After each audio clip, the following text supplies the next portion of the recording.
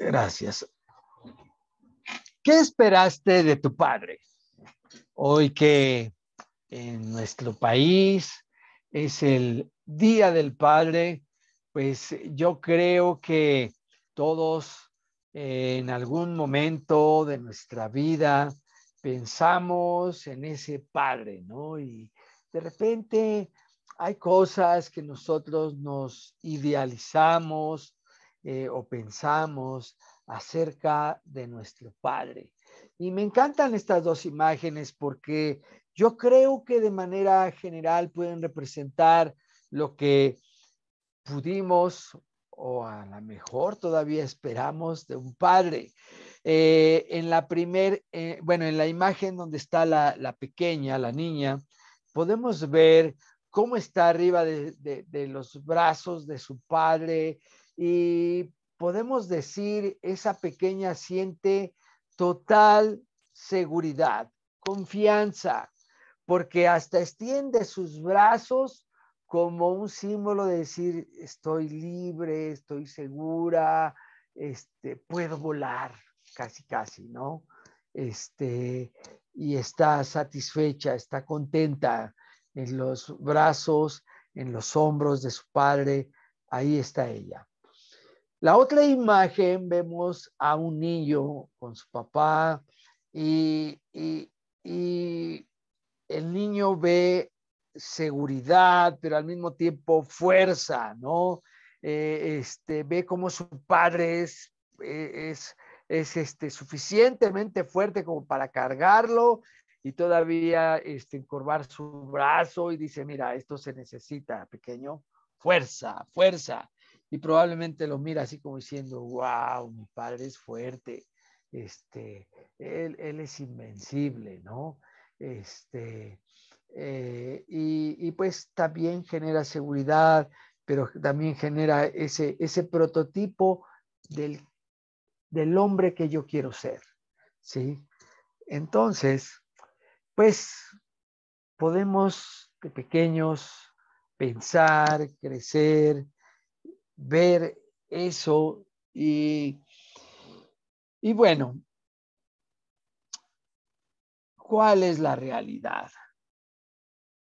La realidad es de que es complicada, ¿sí? La realidad es de que a veces tenemos unos cuadros muy distintos, muy difíciles. En muchos de los casos vemos que el padre se va.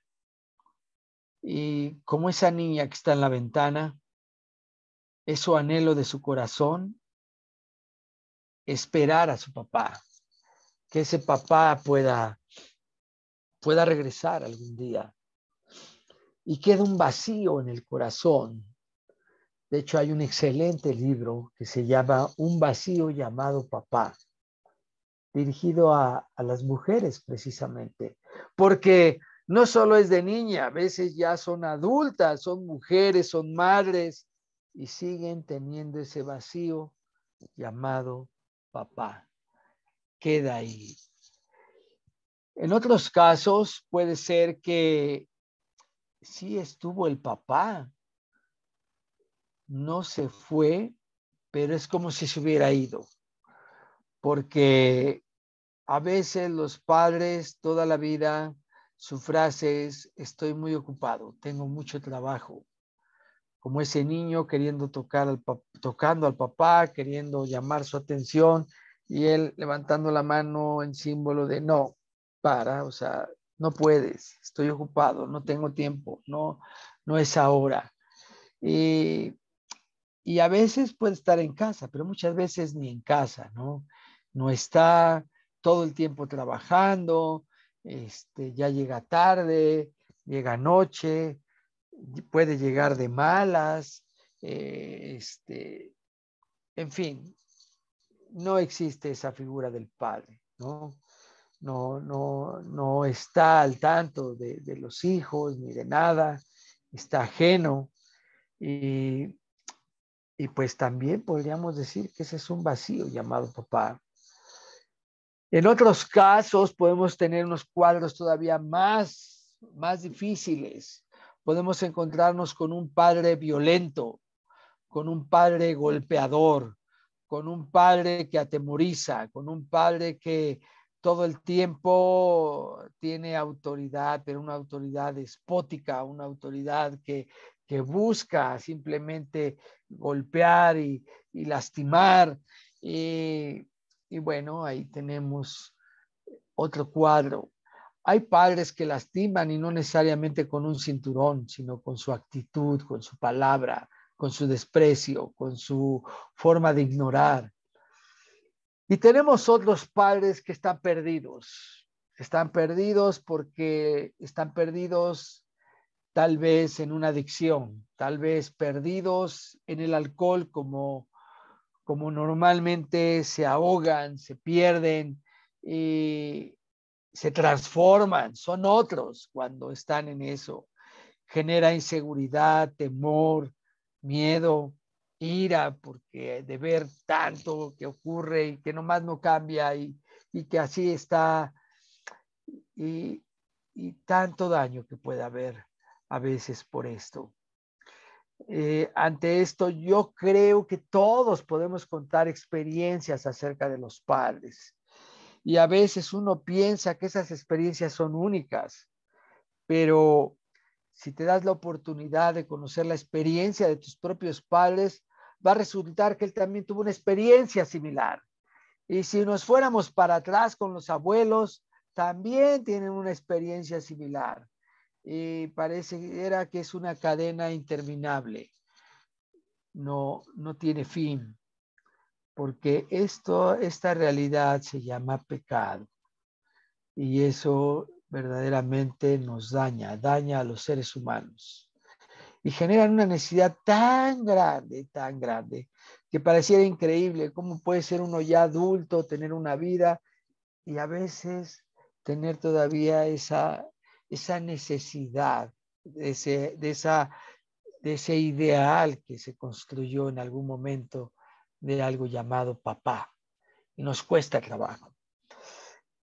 ¿Qué haremos entonces con esto? ¿Qué hay del padre ideal? ¿Qué hay de ese padre que soñamos? El padre bien lindo, el padre maravilloso, el superhéroe, el padre de los sueños. ¿Qué va a pasar? Bueno, yo quiero hablarles de un padre especial esta mañana. Si eres hijo de Dios, tienes un padre ideal, único. Y les voy a decir cómo es ese padre ideal. Es un padre de misericordias y toda consolación. Dice 2 de Corintios, capítulo 1, versículo 3. Bendito sea el Dios y Padre de nuestro Señor Jesucristo, Padre de misericordias y Dios de toda consolación. Dice que ese Dios y Padre es Padre de Jesucristo. Pero también dice que es Padre de misericordias y de toda consolación. Está haciendo una descripción de nuestro Padre, de nuestro Dios, de el gran yo soy, que es un Padre que extiende su amor de una manera especial para tener misericordia cuando nosotros nos hemos equivocado, cuando nosotros hemos arruinado las cosas, eso es, y Él se apiada de nosotros, eso es misericordia, y nos consuela cuando estamos sufriendo. Y qué mejor que este ejemplo, dice el Salmo 68, Padre de huérfanos y defensor de viudas, es Dios en su santa morada. Dios hace habitar en familia a los desamparados, saca a los cautivos a prosperidad.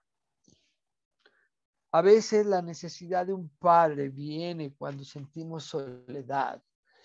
A veces podemos sentirnos huérfanos. A veces pueden ocurrir desgracias en nuestra vida cuando el padre se va, cuando el padre no está, cuando el padre nos ha abandonado o cuando una mujer pierde a su marido, ¿sí? Puede ser por quedar viuda, puede ser porque se han separado y queda sola. Y esa soledad es cruda, es cruel a veces. ¿Cómo encontrar esa figura? Esa figura la podemos encontrar en Dios, nuestro Padre Celestial. Es Padre de huérfanos, aquellos que se sienten solos. Y además protege a aquellos que han quedado desamparados. No están solos, no están solas.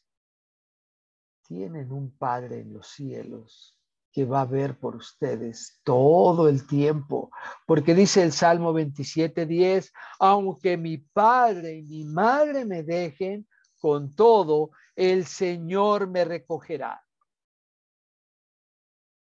Podemos perderlo todo, pero Dios nunca, nunca nos va a dejar. Él nos va a recoger,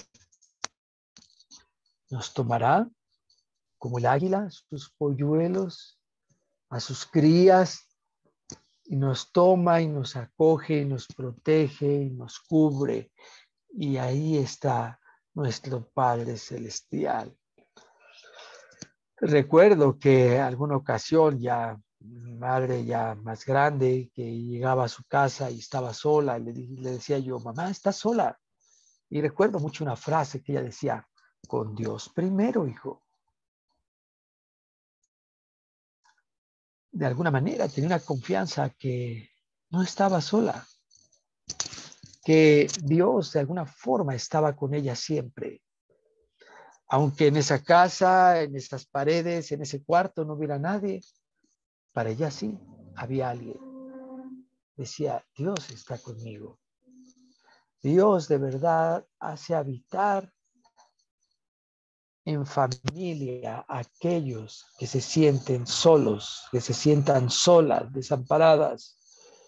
Ahí está el Padre de toda consolación, extendiéndonos, haciéndonos saber, yo aquí estoy.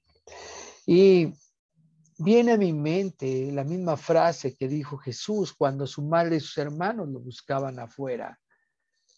Querían tomarlo porque decían, ya él está perdido, ya ni come, nada más está atendiendo a la gente, se ha desatendido.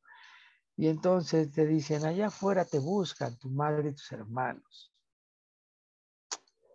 Él sabía que estaban preocupados o iban por él por eso. Y él dice, ¿quién es mi madre y mis hermanos? Se voltea y les dice a los discípulos, he ahí, señalándolos a ellos, mi madre y mis hermanos. Todo aquel que hace la voluntad del Padre es mi madre y son mis hermanos, es decir, es mi familia. Con eso lo que estaba diciendo Jesús es que en la iglesia encontramos una familia. Somos una familia y Dios usa personas que extienden y que alguna vez algún hermano va a actuar como un padre para ti. Alguna vez algún hermano va a actuar como un protector para ti, como alguien que te cubre, que te protege, que cubre un área de tu vida, que cuando tienes una necesidad se va a acercar y te va a decir, ¿qué necesitas? ¿Cómo puedo ayudarte? O que te trae algo porque sabes que tienes una necesidad. Ahí está tu Padre Celestial a través de esta familia extendiéndote esos brazos de amor.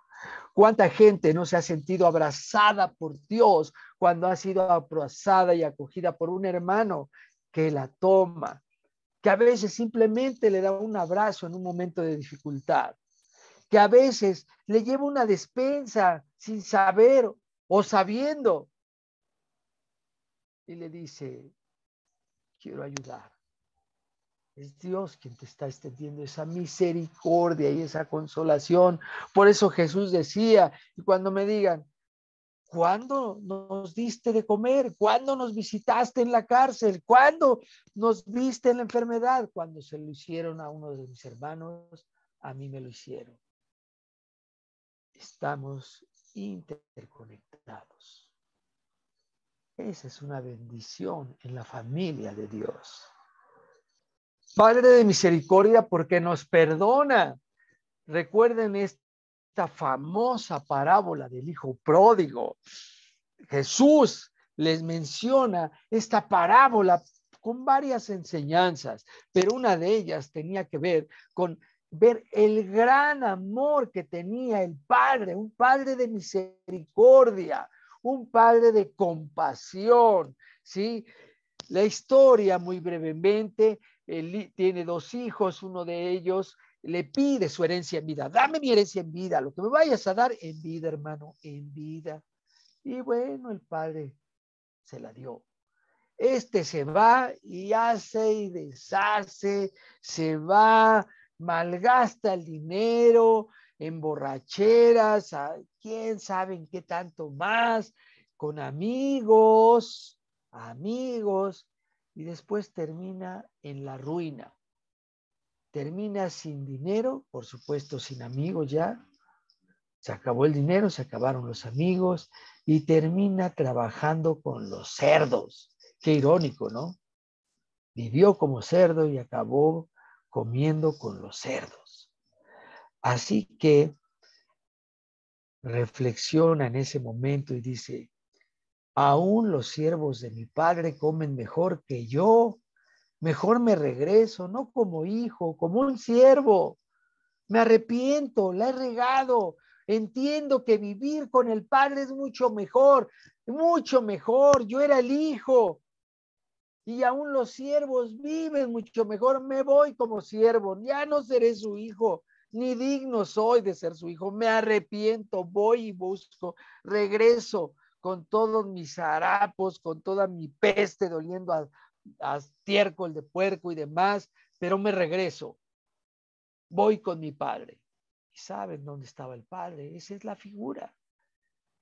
El padre salía a lo lejos y divisaba, quizás un día mi hijo vuelva. Quizás un día lo vea venir ahí a lo lejos. Y un día lo ve que venía y ahí venía. Se levantó y fue su padre cuando todavía está lejos, lo vio y tuvo compasión, corrió y se echó sobre su cuello y lo besó. El hijo le dijo, padre, he pecado contra el cielo y ante ti, ya no soy digno de ser llamado tu hijo. Pero su padre dijo a sus siervos, saquen de inmediato el mejor vestido y vístanlo y pónganle un anillo en su mano que simbolizaba, es mi hijo, y cálcenle sus pies. Traigan el ternero engordado y mátenlo. Comamos y regocijémonos, porque mi hijo estaba muerto y ha vuelto a vivir. Estaba perdido y ha sido hallado, y comenzaron a regocijarse. Ese es nuestro Padre. Se regocija cada vez que nosotros nos arrepentimos y volvemos. Nos perdona, nos perdona. ¿Qué tan grande es tu pecado? Nos perdona, nos ama, no cierra su corazón como un padre humano que a veces se la pasan días, años de no hablarle a los hijos porque se sienten indignados, ofendidos y que nunca les perdonarán. Tenemos un Padre de misericordia, un Padre compasivo que nos ha perdonado, y el mayor perdón que nos ha mostrado es al haber dado a su Hijo Jesucristo a morir por nuestros pecados en esa cruz y perdonarnos a todos. ¿Qué padre hace eso? ¿Qué padre se sacrifica de esa manera? Ninguno. Ese es nuestro Padre, un Padre que siempre nos va a perdonar, que cuando nos hayamos equivocado tenemos un Padre fiel y justo para perdonarnos de toda nuestra maldad. Eso es maravilloso. Qué maravilla, qué confianza poder regresar al Padre y no como los, ay, se va a enojar y qué va a decir, y que sabemos que Él está esperando nuestro arrepentimiento y nuestro regreso. Es un Padre proveedor, por supuesto. Dice en Lucas Lucas 12, 29. Ustedes pues no busquen qué han de comer o qué han de beber, ni estén ansiosos, porque todas estas cosas busca la gente del mundo, pero su Padre sabe que necesitan estas cosas. Más bien busquen su reino y todas estas cosas les serán añadidas. No teman, manada pequeña, porque su Padre le ha placido darles el reino. Si al Padre le ha placido darnos el reino, ¿qué no nos dará aquí en la tierra? Lamentablemente el mundo nos asusta, las noticias nos asustan, los sueldos de miedo nos asustan, la crisis económica nos asusta, la pospandemia nos asusta, pero tenemos un Padre Celestial que conoce nuestras necesidades. Sabe que el día de mañana tengo que comprar huevos, tengo que comprar gas, tengo que pagar luz. Sabe que tengo que pagar renta tal vez. Dios provee eso. Sabe que tengo necesidad. Gracias, Padre. Y eso Él lo puede hacer. Eso Él lo hará porque es un Padre que provee, que sabe, que está al tanto, al pendiente de nosotros. Por eso no tenemos que temer. Busquen primero el reino de Dios, su justicia. Ahí es donde deben de enfocarse. Ahí deben de estar sus energías. Ahí es donde podemos adentrarnos. De lo demás, nuestro Dios se va a hacer cargo. Y esa confianza nos hace pensar en el pasaje de Lucas 11, cuando dice, pues si ustedes, siendo malos, refiriéndose a los padres terrenales, saben dar buenos regalos a sus hijos, cuanto más su Padre Celestial dará el Espíritu Santo a los que le pidan. Unos,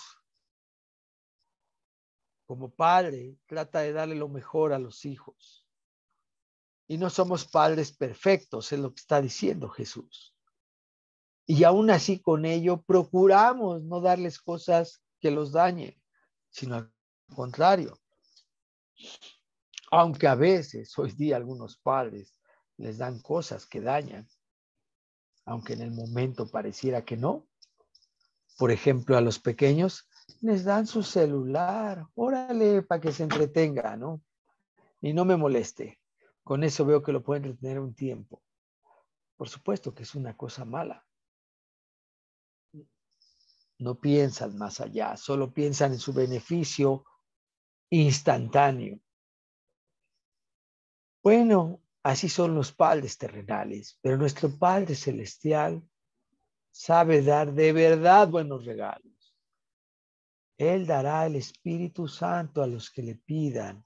Aquellos que vienen y reconocen a Jesucristo como Señor y Salvador, les va a dar el Espíritu Santo y junto con Él todas las cosas, porque el Espíritu Santo es quien le va a dar verdadera vida a ese hijo. Es el Espíritu Santo quien nos va a dar a llevar a un estado en el que nosotros podamos experimentar una vida plena de gozo total, de tal manera que mi gozo no dependerá de cuánto dinero tengo, cuánto trabajo tengo, cuánta seguridad tengo. Mi gozo dependerá de que sé quién es mi Padre ahora, de que sé lo que Él significa y representa ahora en mi vida y todo lo que ha hecho por mí y lo que hará. Por lo tanto, yo puedo tener gozo, paz, paciencia, benignidad. Puedo ser transformado, cambiado por Él. Es lo mejor que Dios nos puede dar. Y tenemos un Padre que por amor disciplina. Jamás podríamos pensar en esto. Porque a nadie le gusta un padre que disciplina. Dice Hebreos 12, y ya han olvidado la exhortación que se les dirige como a hijos. hijo mío, no tengas en poco la disciplina del Señor, ni desmayes cuando seas reprendido por él, porque el Señor disciplina al que ama y castiga a todo aquel que recibe como hijo. El autor de Hebreos está citando un pasaje de Proverbios que habla de esta disciplina que tiene el Señor por aquellos que recibe como hijos. Y el contexto es que el autor de Hebreos está hablando del salón de la fama de la fe. Todos aquellos héroes que hicieron algo en su vida y quedaron registrados por creerle a Dios y vivieron cosas difíciles. Entonces él dice, teniendo esta gran, de alrededor nuestro, esta gran nube de testigos, todos estos, todos ellos, todo lo que ha acontecido,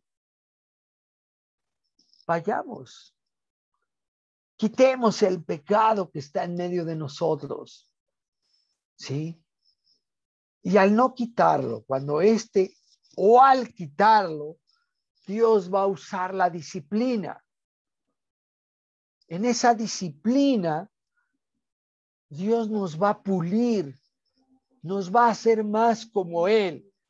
El Padre quiere que su Hijo sea más como Él, pero para que pueda ser como Él, tiene que pulirlo, tiene que disciplinarlo, ¿sí? Por eso dice, no tengas en poco la disciplina del Señor, ni desmayes cuando seas reprendido por Él. A veces Dios nos va a reprender, Dios nos va a decir, no, no es por ahí. Corrige, estás haciendo mal, haces bien en enojarte tanto, haces bien en ser orgulloso, está bien que estés envidiando, está bien que seas chismoso, tú sabes que estás mintiendo porque yo sé la verdad. Dios nos puede reprender. Y dice, porque el Señor disciplina al que ama. La disciplina es parte del amor, no está fuera del amor. Es como decir, si ya te enojaste y me estás disciplinando, es que ya no me amas. Ah, ya te enojaste. ¿Y me amas todavía? Claro, por amor disciplinamos. Por amor estamos disciplinando. Por amor el Padre nos disciplina. Porque no quiere dejarnos así. Porque dejarnos así sabe que nos vamos a estrellar, porque dejarnos así sabe que dañamos a otros, porque dejarnos así sabe que nosotros mismos nos autodañamos. Por eso Dios, el Padre, nos disciplina en su amor. Parte de su amor es que Él tiene que sujetarse a ello, disciplinarse para que alcance. Jesús mismo tuvo que disciplinarse. Padre, pasa de mí esta copa. Y el Padre no le respondió.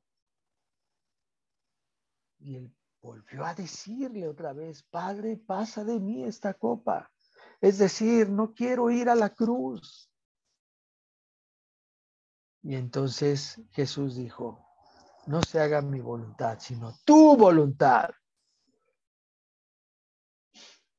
Y Dios le amó hasta lo sumo y lo exaltó, porque fue obediente hasta la muerte y muerte de la cruz.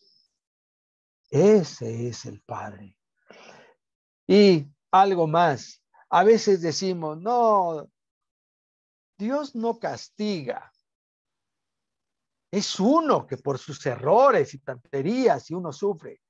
Sí, eso es verdad en parte. Pero Dios sí castiga. Y léanlo, abran sus ojos. Porque el Señor disciplina al que ama y castiga a todo aquel que recibe como hijo. Nos equivocamos al decir que Dios no castiga. Dios sí castiga. Por supuesto que castiga. Y abran bien sus oídos. Porque si hay algo que están haciendo mal, más vale que lo quieran corregir. Más vale que pongan sus barbas a remojar. Porque Dios es un Dios de misericordia. pero es un Dios de justicia. Y también llega un día en que Él hace justicia y que aplica su castigo. Así es que mucho cuidado.